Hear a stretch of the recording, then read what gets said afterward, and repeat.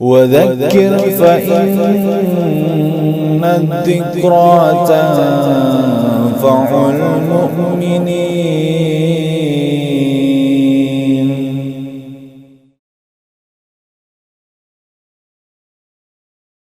Bismillah, wassalatu wassalamu ala Rasulillah sallallahu alaihi wasallam. Ayyuhal ikhwanu fiddin, rahimani wa rahimakumullah. Marilah kita kembali mempelajari di antara sabda-sabda Nabi kita yang mulia sallallahu alaihi wasallam, di mana dalam setiap ucapannya adalah merupakan pendidikan bagi kita, merupakan pembimbing kehidupan kita.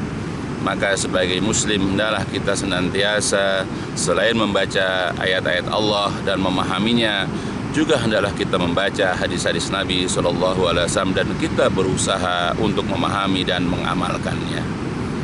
Adapun di antara sabda Rasulullah SAW yang sama-sama kita akan baca adalah sebuah hadis yang diriwayatkan oleh Imam Tirmizi dan juga selainnya. Hadis ini disampaikan dari Abu Hurairah radhiyallahu an, di mana Rasulullah SAW bersabda, akmalul mu'minina imanan ahsanuhum khuluqan wa khiyarukum linisaihim.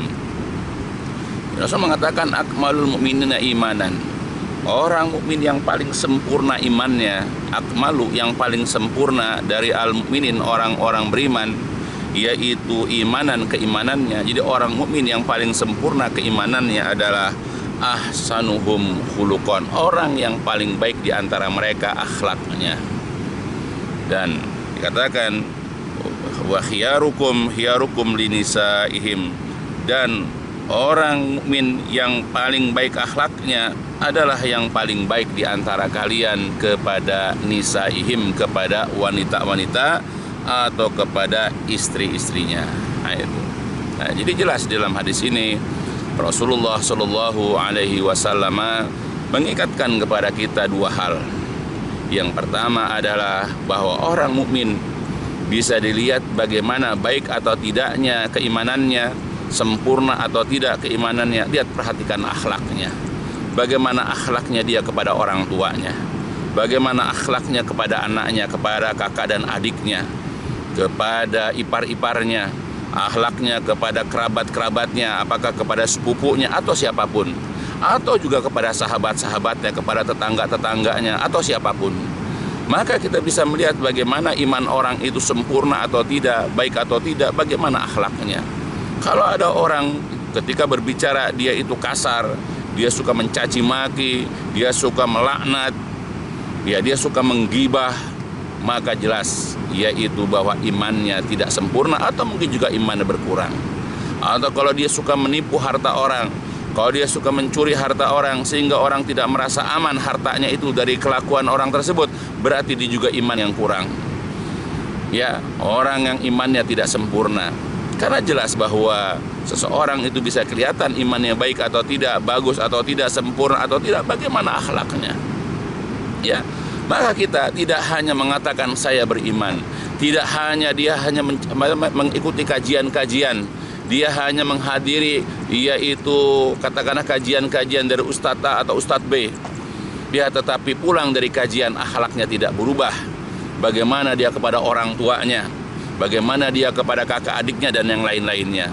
Maka sekali lagi bahwa seseorang itu belum dikatakan bagus imannya, belum dikatakan sempurna imannya, walaupun dia pandai baca Al-Quran, walaupun dia sering ikut kajian-kajian, tetapi akhlaknya rusak, tetapi akhlaknya menyakitkan, tetapi akhlaknya sangat buruk.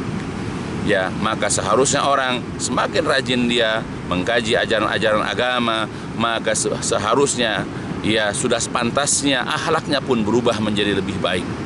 Dan bahkan tolok ukur seseorang itu bisa dikatakan baik akhlaknya juga adalah dikatakan wa khiyarukum, dan yang paling baik di antara kalian akhlaknya adalah yang paling baik di antara kalian kepada linisaihim, kepada istri-istri mereka, kepada istri-istrinya.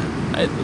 Jadi bagaimana kita kepada istri kita, bagaimana kita bertutur kata ya kepada istri kita, bagaimana kita memandang wajah istri kita, bagaimana kita suka membantu pekerjaan istri atau tidak, ya bagaimana kita memberikan nafkah kepada istri kita dan seterusnya. Allah juga mengatakan dalam Al-Qur'an, a'udzubillahi minasyaitonir rajim, dalam Quran surat An-Nisa, wa'ashiruhunna bil ma'ruf. Pergaulah mereka dengan cara yang ma'ruf. Wa'ashiru, dan bermuasyarahlah kalian, pergaulilah ya mereka itu, wa'ashiruhunna, dan pergaulilah ya hunna mereka istri-istri itu bil ma'ruf, dengan cara-cara yang ma'ruf. Ya, mempergaul mereka itu dengan cara yang ma'ruf, dengan cara yang baik. Ya, kita tidak hanya sebatas memberikan nafkah. Kalau kita memberikan nafkah dengan nafkah yang cukup misalnya, tapi kita suka kasar, kita suka menyebut-nyebut pemberian kita, ya kita kalau memberikan uang juga dengan cara melempar misalnya, ya atau apalagi yang lain misalnya, ya maka dia belum dikatakan yaitu ia memiliki akhlak yang baik. Maka tolak ukur seseorang bagaimana akhlaknya sempurna atau tidak, ya tidak hanya kepada orang, yang paling penting bagaimana dia kepada istrinya. Ya, kalau dia suka mengucapkan perkataan-perkataan yang menyakitkan istrinya atau memperlakukan istri dengan cara yang tidak baik, ya maka walaupun dia baik ya di dalam pandangan orang, maka tidak dikatakan baik kalau dia belum baik kepada istrinya. Karena orang yang paling banyak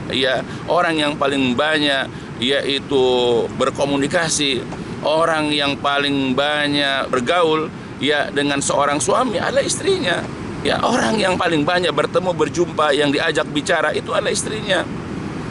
Ya, maka kalau andai kata dia itu baik kepada orang lain, tetapi kepada istrinya yang selama ini membantu kehidupannya dari misalnya mengurus rumah tangganya, memasaknya, ya menyiapkan makan dan yang lain-lainnya, bahkan ketika punya anak dia juga yang mengurus anak, tapi dia perlakukan dengan cara-cara yang tidak baik. Walaupun dia baik di hadapan orang, maka dia belum baik kalau dia tidak baik kepada istrinya. Ya, itu. Jadi yang diperintahkan Allah pertama adalah ya wa'ashiruhunna bil ma'ruf. Pergaulilah istri-istri itu dengan cara yang ma'ruf. Bahkan Rasul ketika mengatakan, ya tidak dikatakan orang mukmin yang paling sempurna imannya, dia adalah yang paling baik akhlaknya, dan kemudian beliau menekankan, dan yang paling baik di antara kalian adalah yang paling baik kepada istrinya. Ya. Jadi penekanan adalah yang paling baik kepada istrinya. Dan dalam hadis yang lain Nabi mengatakan, aku adalah orang yang paling baik kepada istriku. Contohlah Rasulullah. Rasulullah adalah orang yang paling baik kepada istri-istrinya. Kenapapun istri Rasulullah itu lebih dari satu, Nabi memiliki istri yang banyak misalnya, tapi Nabi sangat baik kepada istri-istrinya. Ya, contohlah Rasulullah bagaimana kepada istri-istri beliau. Ya, maka kita juga begitu. Ya, hendaklah kita berbuat baik kepada istri kita. Ya, berbicaralah dengan lemah lembut, dengan santun. Ketika istri berbicara dengan kita, ya karena dia memang juga ada sesuatu yang harus diadukan, apakah masalah uang belanja, apakah masalah anak, apakah masalah tetangga, atau yang lain-lainnya, kita jadilah pendengar yang baik. Jangan kita potong, ya jangan kita marahi, jangan kita menghindar, ya karena kadang-kadang istri juga butuh untuk didengar ucapan-ucapannya. Kita doakan kebaikan-kebaikan untuk istri kita. Ya, jangan hanya kita berbicara dia dengar, sedangkan ketika dia berbicara kita tidak mau dengar. Jadilah seorang suami yang baik, karena yang dikatakan orang yang paling baik dia di antara kalian adalah orang yang paling baik kepada istrinya.